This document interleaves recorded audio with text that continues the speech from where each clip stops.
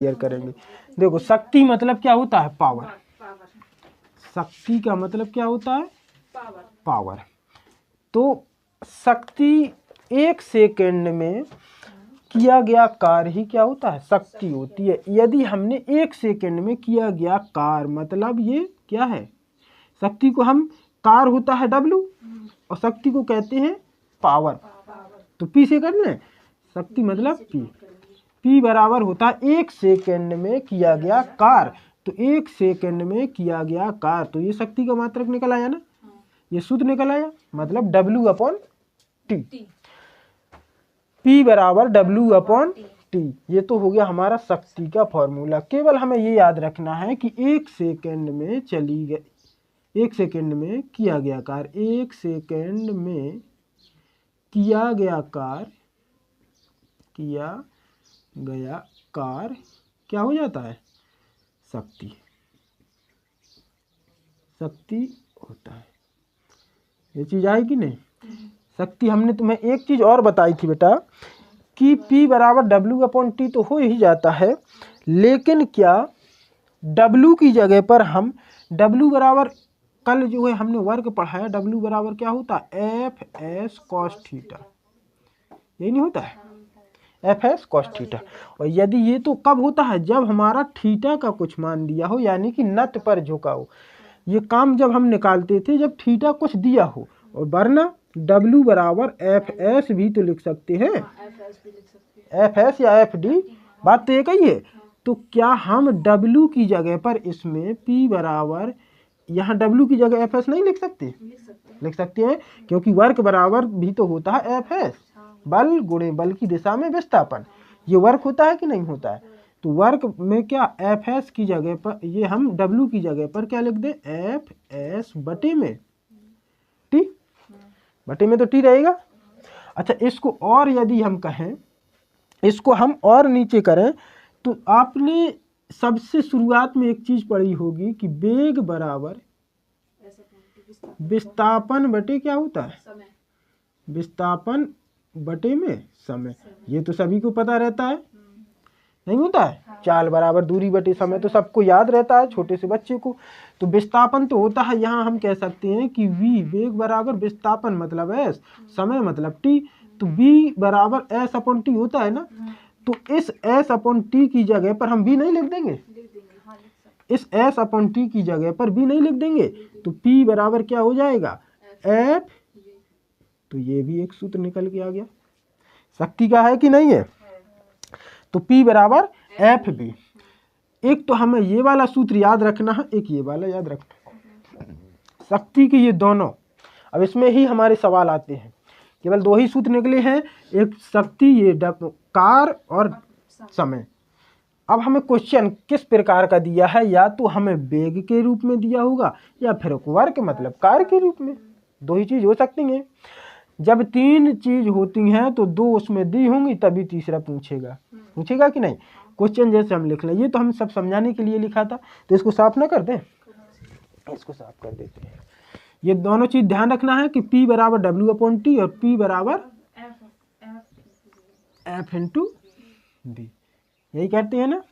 चलो, अब हमने मान लिया कि एक क्वेश्चन बोला, एक वस्तु पर 40 न्यूटन का बल लगाया जाता है, तो उसमें 15 मीटर प्रति सेकंड का वेग उत्पन्न हो जाता है। कोई वस्तु है, उस पर 40 न्यूटन का बल लगाया जाता है, 40 न्यूटन का क्या लगाया जाता है? बल। तो बल मतलब क्या है? F। 40 न्यूटन का बल लगाया जाता है और वो क्या 15 मीटर प्रति सेकंड का वेग उत्पन्न हो जाता है, मतलब V की वैल्यू कितनी है?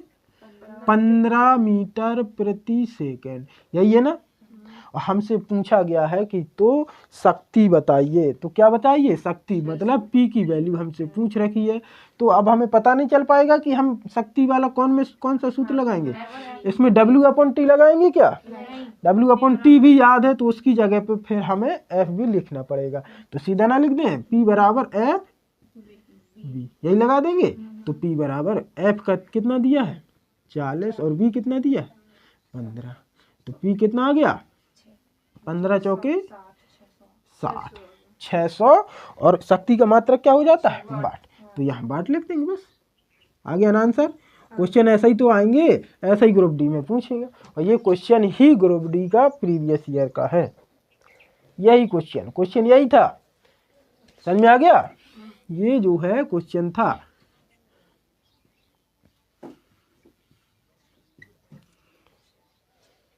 अगला क्वेश्चन एक और लिख लो। अच्छा,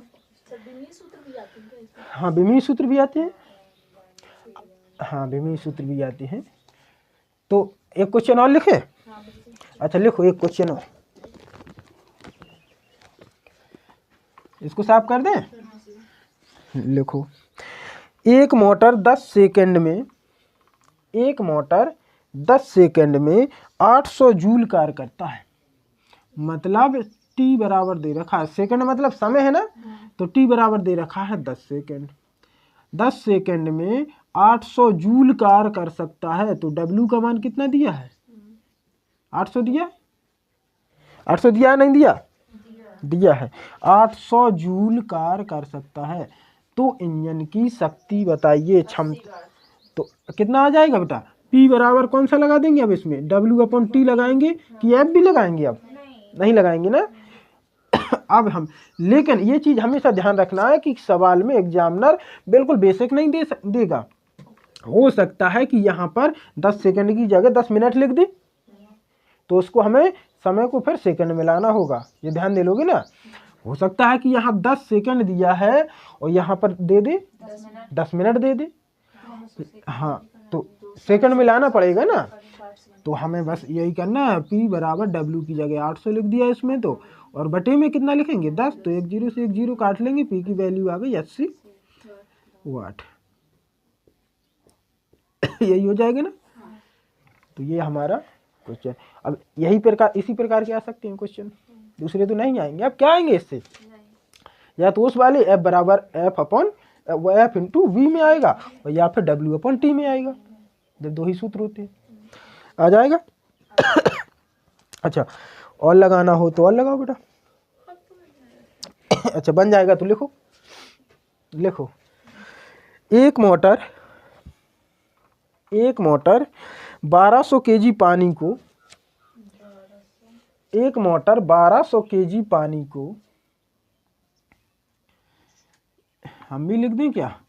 एक मोटर 1200 केजी पानी को, एक मोटर 1200 केजी पानी को 10 मीटर की ऊंचाई पर चढ़ाता है। 10 मीटर की ऊंचाई पर चढ़ाता है। कितने पर? 10 मीटर की ऊंचाई पर चढ़ाता है। इससे मोटर में 10 मिनट का समय लगता है। इससे मोटर को 10 मिनट का समय लगता है। मिनट का समय लगता है। हाँ, तो मोटर की शक्ति, ये क्वेश्चन लगा दिया तो समझ लेना कि ये तुम्हारा चैप्टर सही है। अब बताओ, ये है क्वेश्चन। एक मोटर 1200 केजी पानी को 10 मीटर की ऊंचाई पर, ऊंचाई लिखा है? हाँ, अब जैसा भी बदल दो। अब देखो एक चीज समझ लो पहले।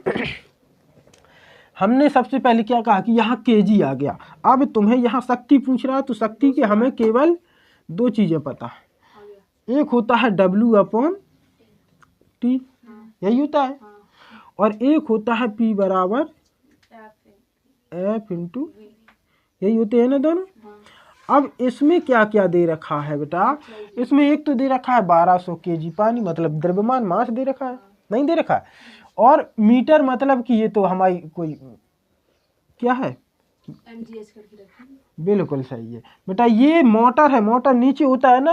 और कल के हमने बताया था कि जब भी कोई काम होता है, तो यदि हमें नीचे से ऊपर जाना, ऊपर में काम करवाना है, तो कौन सा सूत्र वर्क का लगाते हैं? W बराबर MGH, यही नहीं लगाते थे जब ऊपर काम करवाते हैं। और यदि हम किसी नट पे करवाना है, तो W बराबर FS cos थीटा लगाते थे। यही है ना, वो चीज हमेशा याद रखना है। तो W पहले हम निकाल लेंगे, M कितना है? 1200 है ना। G का मान हमेशा बेटा कितना रख देंगे 9.8 10 रख देंगे। जी का मान 9.8 होता है ना, और एच कितने मीटर है 10 है, 10 मीटर तक ले जाना ऊपर, तो इसका गुणा कर लेंगे तो ये हो जाएगा हमारा W बराबर कितना हो जाएगा 12 और 4 जीरो हो गई ना, हो गई इतना ही हो गया, इतना जूल हो गया। जितने भी जूल हुआ है अब हमें ये चीज़ पता चल गई। देखो अब तो हम ये लगा सकते हैं P बराबर क्या होता है W/T, तो P की जगह